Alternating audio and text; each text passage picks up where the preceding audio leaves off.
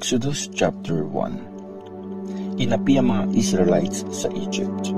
Ito ang mga anak ni Jacob na pumunta sa Egypt kasama ang mga pamilya nila: Reuben, Simeon, Levi, Judah, Issachar, Zebulun, Benjamin, Dan, Naphtali, Gad at Asher.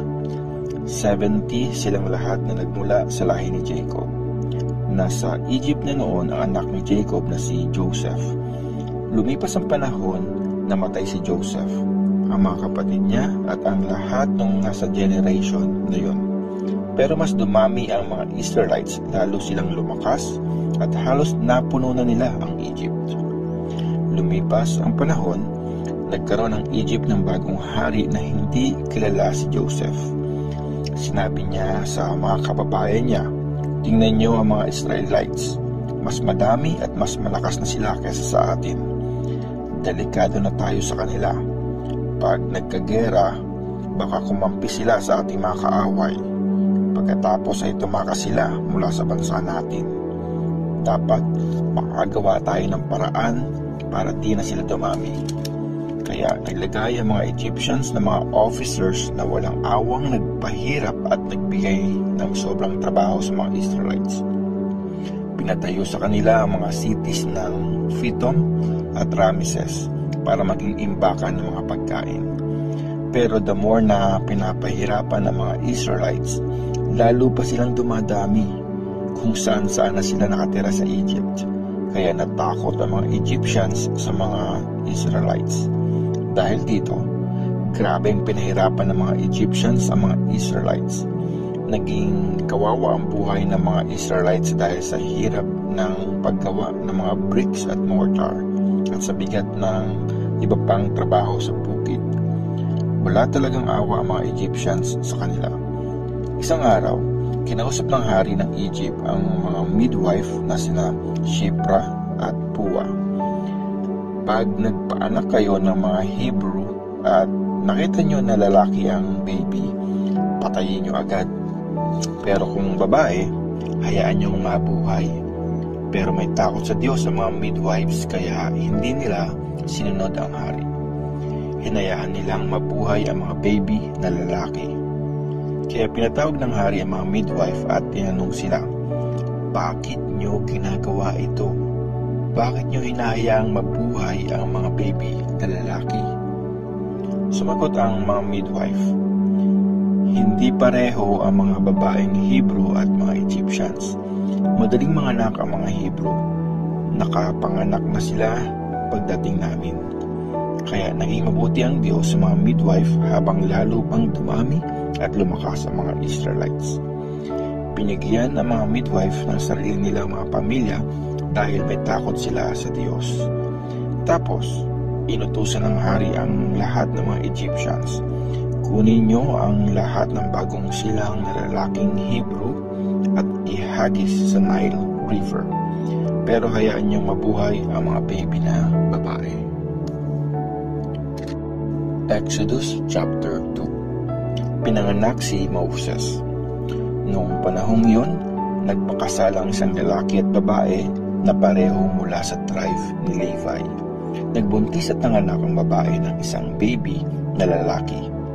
Nung nakita ng nanay na cute at malusog ang baby, 3 buwan niyang tinago ito sa mga Egyptians.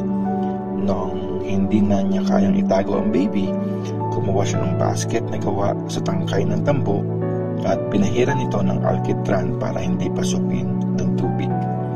Pinasok niya ang baby sa basket at nilagay ito sa mga matataas na damong tambo sa may pangpang ng ilog. Nakabantay sa may malapit na lugar ang ate ng baby para malaman kung ano ang mangyayari. Bumaba sa ilog ang prinsesa ng Egypt para maligo habang naglalakad naman ang mga servant niya sa tabi ng ilog.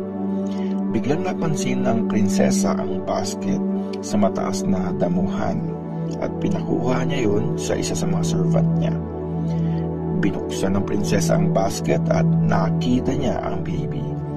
Umiiyak ito at nahawa ang prinsesa. "Isa ito sa mga Hebrews," sabi niya.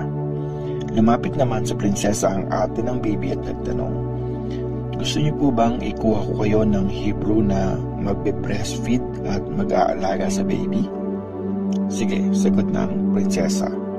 Kaya umalis ang kapatid ng baby at tinawag ang mismong nanay ng bata. Pagdating ng nanay, sinabi ng prinsesa sa kanya, kunin mo ang baby, alagaan mo siya para sa akin at babayaran kita. Kaya kinuha ng nanay ang baby at inalagaan ito. Nung malaki na ang bata, dinala ito ng nanay sa prinsesa. Tinuring ng prinsesa na sarili niyang anak ang bata.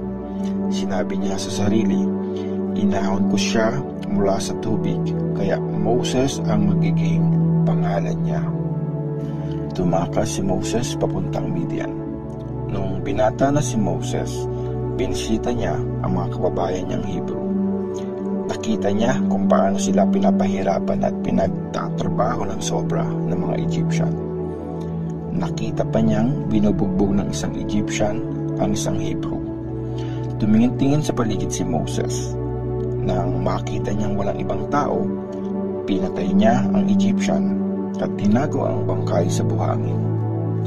Kinabukasan, bumalik siya at nakita niyang nag-aaway ang dalawang lalaking Hebrew. Sinabi niya doon sa may kasalanan, bakit mo binubugbog ang kapwa mo Hebrew? Sumagot ang lalaki, sino ka ba sa akala mo? Judge ka ba namin? Papatayin mo rin ba ako gaya ng ginawa mo doon sa Egyptian? Dahil dito, natakot si Moses at sinabi sa sarili, alam na ng mga tao kung ano ang ginawa ko. Nung malaman ng hari ang nangyari, sinubukan niyang ipapatay si Moses pero tumakas siya at tumira sa lupain ng Midian.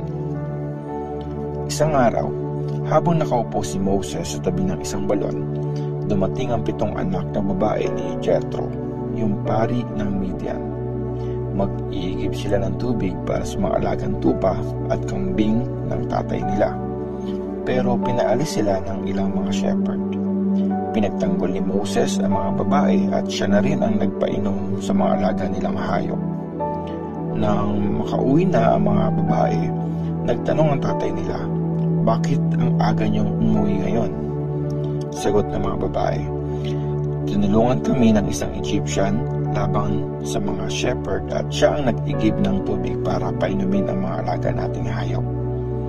Tanong ni Jethro sa mga anak niya, nasaan siya? Bakit niyo siya iniwan doon? Puntahan niyo siya at i-invite na kumain kasama natin. Pumayag si Moses na doon tumira. Pinakasal ni Jethro ang anak niyang si Zipporah kay Moses. Dumating ang time na nanganak si Zipporah na isang lalaki. Sinabi ni Moses sa sarili, isa akong foreigner sa lugar na ito, kaya Gershom ang magiging pangalan niya. Lumipas ang ilang taon at namatay ang hari ng Egypt. Pero dumadaing pa rin sa hirap ang mga Israelites dahil sa pang-aalipin sa kanila ng mga Egyptians. Sabi nila, Lord, please, tulungan mo po kami. Narinig ng Diyos ang mga hinaing nila at naalala niya ang kasunduan niya kina Abraham, Isaac at Jacob. Nakita ng Diyos ang mga paghihirap ng mga Israelites at naawa siya sa kanila. Exodus chapter 3. Tinawag ng Diyos si Moses. Habang nag-aalaga si Moses ng mga tupa at kambing ng father-in-law niya na si Jethro, ang pari ng Midian, nilid ni Moses ang mga hayop sa desert. Nakarating sila sa Sinai, yung banal na bundok. Nagpakita doon ang angel ni Lord na parang apoy mula sa gitna ng isang mababang puno. Lumapit si Moses at nagtaka siya nang makita niyang nagliliyab ang halaman pero hindi ito nasusunog. Kakaiba ito, naisip niya. Bakit hindi nasusunog ang halaman? Lapitan ko nga. Nakita ni Lord na lumalapit si Moses, kaya tumawag siya mula sa halaman at sinabi, Moses, Moses. Sumagot siya, "Yes po, nandito po ako." Sinabi ng Diyos, "Huwag ka nang lumapit pa. Hubarin mo yung sandals mo kasi banal ang lugar kung saan ka nakatayo ngayon. Ako ang Diyos ng mga ancestors mo na sina Abraham, Isaac at Jacob." Tinakpan ni Moses sa mukha niya kasi natakot siyang tumingin sa Diyos. Sinabi pa ni Lord, "Nakita ko kung paano ang paghihirap ng bayan ko na nasa Egypt. Narinig ko ang pag-iyak nila dahil sa pagpapahirap sa kanila ng mga Egyptian officers. Alam kong hirap na hirap sila, kaya bumaba ako para iligtas sila mula sa mga Egyptians at ilabas sila mula sa Egypt. Tapos, dadalhin ko sila sa isang malawak, mataba at masaganang lupa, kung saan nakatira ang mga Canaanites, Hittites, Amorites, Perizzites, Hivites at Jebusites." Talagang narinig ko ang pag-iyak ng bayan ko at nakikita ko kung paano sila pinapahirapan ng mga Egyptians. Ngayon, papupuntahin kita sa hari ng Egypt para mailabas mo ang bayan ko mula sa lugar na yon. Pero sinabi ni Moses sa Diyos, "Sino po ba ako para puntahan ang hari at palayain ng mga Israelites mula sa Egypt?" Sumagot ang Diyos, "Sasamahan kita.